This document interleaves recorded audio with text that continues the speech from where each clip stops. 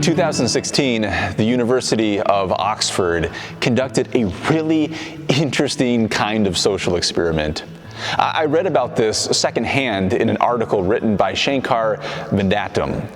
Here's how Shankar describes the whole setup. Volunteers were brought into a lab and taught dance moves. So already right there, I could never do this. I can't dance. But some were taught the same dance moves, and others were taught totally different dance moves. They were then placed in groups of 4 on a dance floor, and each person was given a set of Bluetooth wireless headphones so they could hear music. Now, here comes the part, the measurement component of the experiment. The researchers measured these volunteers' pain threshold by squeezing their arms really tight with a blood pressure cuff once before and once after the volunteers danced to music. What the researchers found is that there were huge differences in pain perception before and after the volunteers danced together. Now, before I go into the details, I want you to be able to visualize this in your minds. So imagine, if you can, people on a dance floor wearing wireless headphones.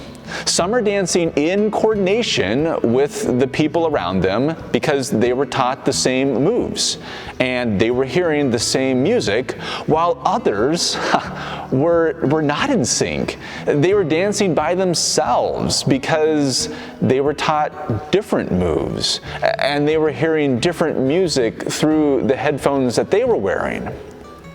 Now, the volunteers who were taught the same dance moves and heard the same songs, who then synchronized their movements on the dance floor, afterward, these individuals were able to withstand significantly more pain than before they danced.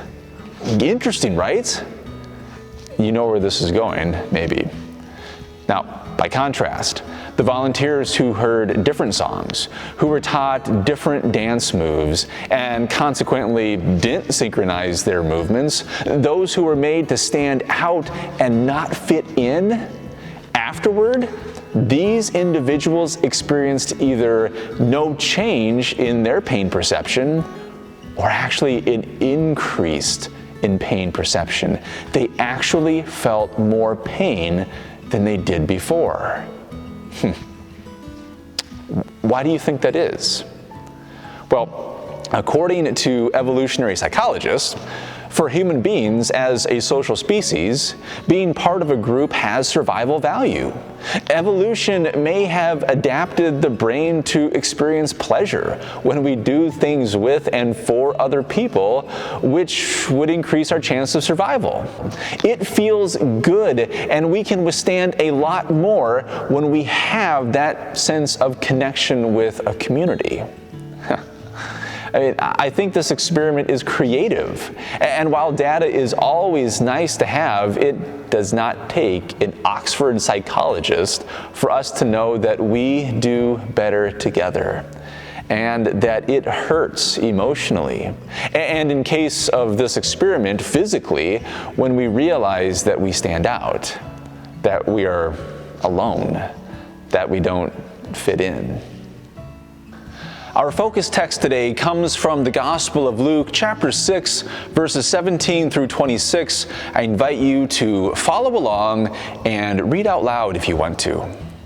Jesus came down with them and stood on a level place with a great crowd of his disciples and a great multitude of people from all Judea, Jerusalem, and the coast of Tyre and Sidon. They had come to hear him and to be healed of their diseases, and those who were troubled with unclean spirits were cured. And all in the crowd were trying to touch him, for power came out of Jesus and healed all of them. Then he looked up at his disciples and said, "Blessed are you who are poor, for yours is the kingdom of God. Blessed are you who are hungry now, for you will be filled. Blessed are you who weep now, for you will laugh. Blessed are you when people hate you and when they exclude you, revile you, and defame you on account of the Son of Man. Rejoice in that day and leap for joy, for surely your reward is great in heaven. For that is what their ancestors did to the prophets. But woe to you who are rich, for you have received your consolation. Woe to you who are full now, for you will be hungry. Woe to you who are laughing now, for you will mourn and weep. Woe to you when all speak well of you, for that is what their ancestors did to the false prophets. A few years ago, at the height of the pandemic, Matt Metz, Bethlehem's developer for youth and family ministry, and we created a digital confirmation lesson. Actually, we've made many lessons, but this particular one, it focused on community, specifically Christian community. We wanted to begin with a familiar experience that many people have, what the Oxford experiment clearly lays out, that it's painful to be alone, to be the one that does not fit in. And as our source of inspiration, we thought about one of the most awful, most inhospitable, anxiety-producing locations that we could think of from our childhood: the middle school lunchroom. Take a look at how we try and make this point.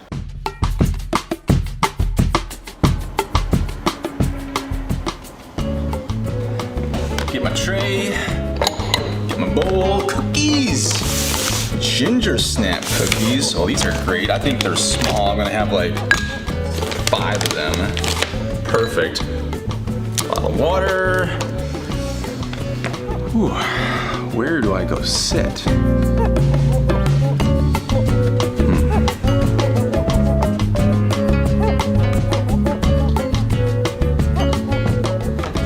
Hey, Matt. Snack time, cookies today, and water. Yeah.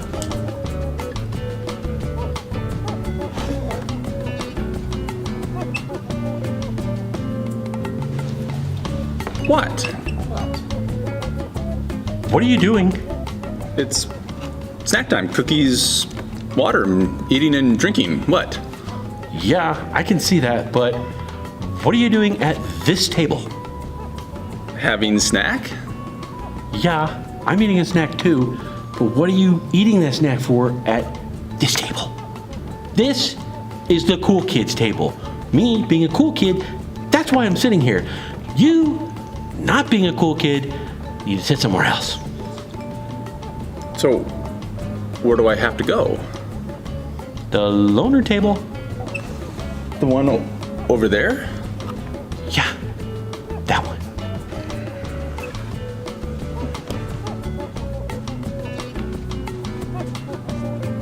Yeah, go. Go. Almost there. Now sit down.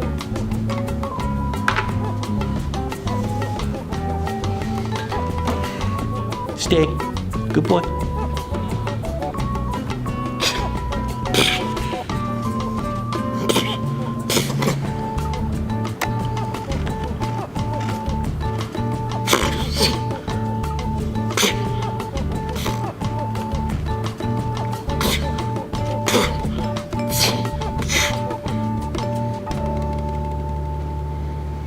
Matt and I were playing around in that video, but it gets at something that's really serious.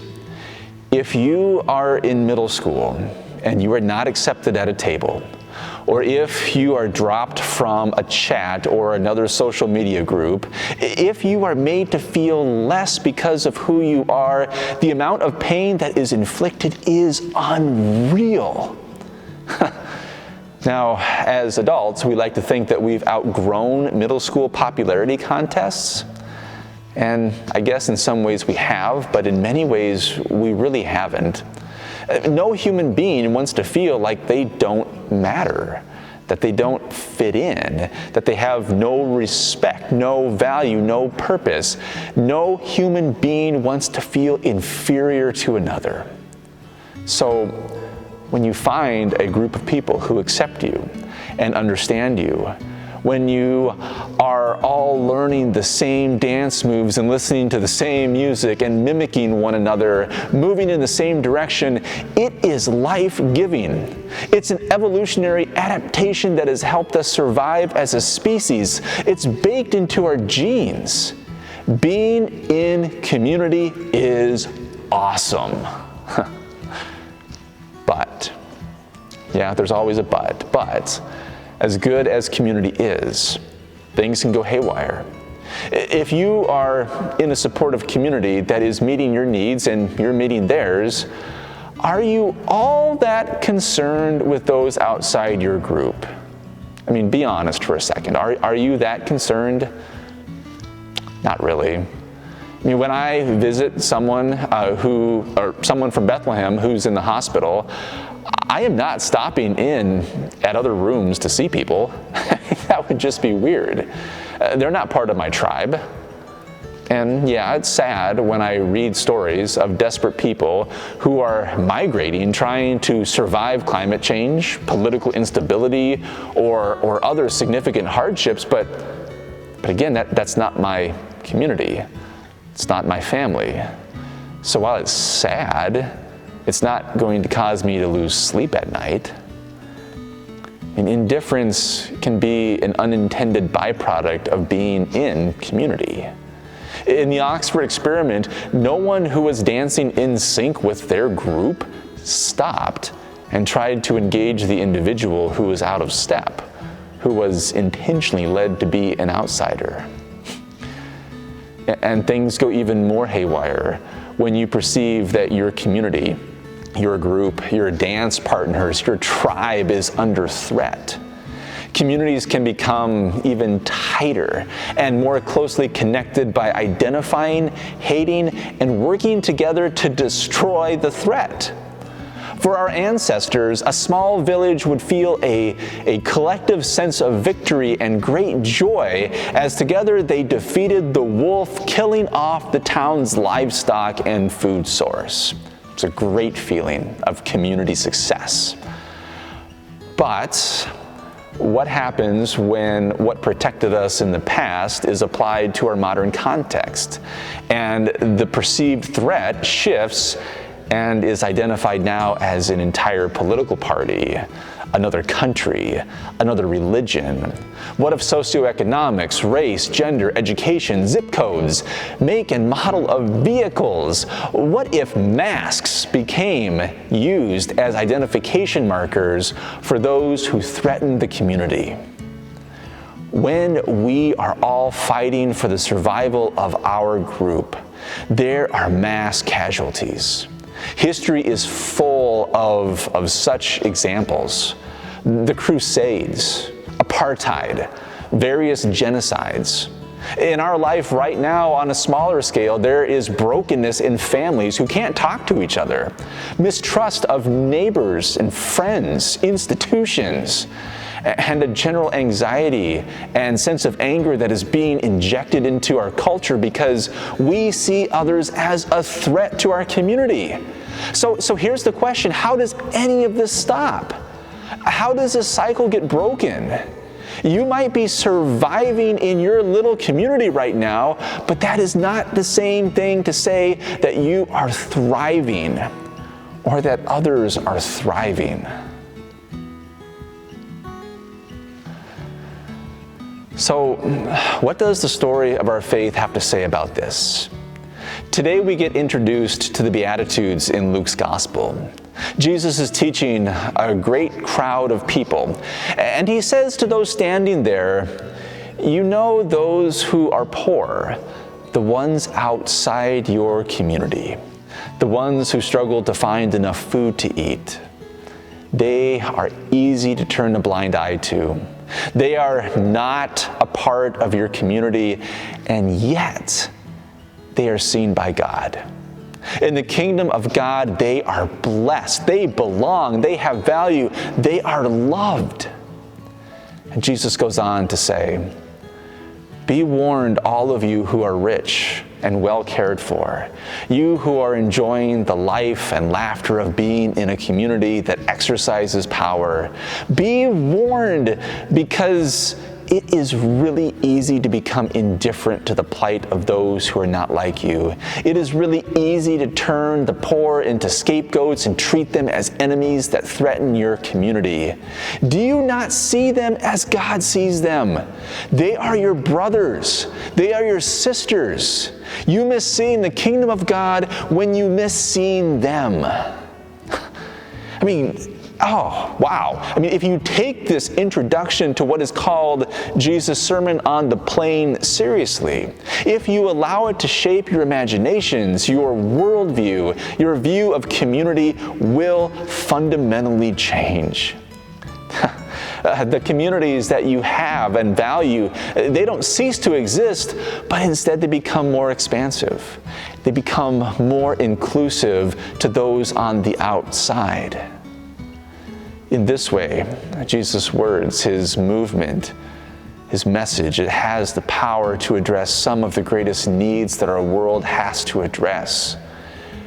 We cannot keep living with animosity towards one another and expect to thrive in life or successfully deal with the big issues that are being brought by changes in technology, culture, and climate. When tempers rise and anger flares in the world, when our communities go haywire and begin to demonize others, the church, the way of Jesus, has so much to say. Its voice is needed and it needs to be shared with our world. To sum up the teaching of Jesus that we heard today and the good news of the gospel, I want to end with a short story by Rabbi Jonathan Maltzman. It's a great little story, and it goes like this. A rabbi once asked his students, "How do we know when night has ended and day has begun?" And the students, they thought that they grasped the importance of this question, because there are, after all, prayers and rites and rituals that can only be done at nighttime, and there are prayers and rites and rituals that belong only to the daytime, so it's important to know how we can tell when night has ended and day has begun. So the first and brightest of the students offered an answer. "Rabbi, when I look out at the fields and I can distinguish between my field and the field of my neighbor, that's when the night has ended and day has begun." And a second student offered his answer. "Rabbi, when I look from the fields and I see a house and I can tell that it's my house and not the house of my neighbor, that's when night has ended and day has begun." And a third student said, "Rabbi, when I see an animal in the distance and I can tell what kind of animal it is, whether a cow or a horse or a sheep, that's when night has ended and the day has begun." Then a fourth student offered yet another answer. "Rabbi, when I see a flower and I can make out the colors of the flower, whether they are red or yellow or blue, that's when night has ended and day has begun." And each answer brought a sad, more severe frown to the rabbi's face, until finally he shouted, "No! None of you understands. You only divide. You divide your house from your neighbor's house, your field from your neighbor's field. You distinguish one kind of animal from another. You separate one color from all the others.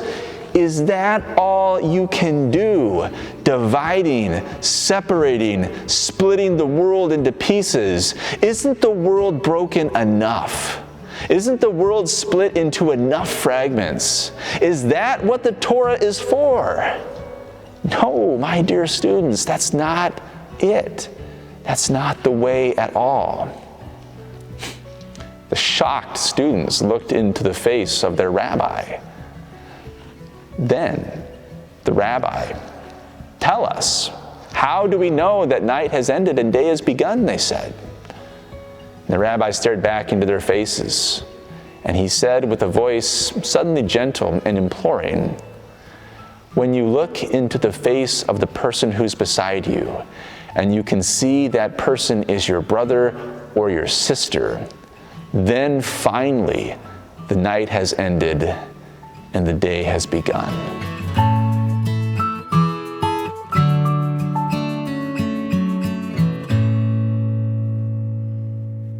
After listening to our focus text and the reflection on that text, here are this week's reflection questions meant to take you deeper into the story of our faith and to help you apply it to your daily life as you live each and every day. Question number 1, what is the community you belong to that gives you the most life and support? Is it your family, your church, a sports team? What is it? And question number 2, who is not welcome in your community? Be thoughtful about this, because very rarely does a community invite everybody in. Who does your community exclude? And how can you work to change this?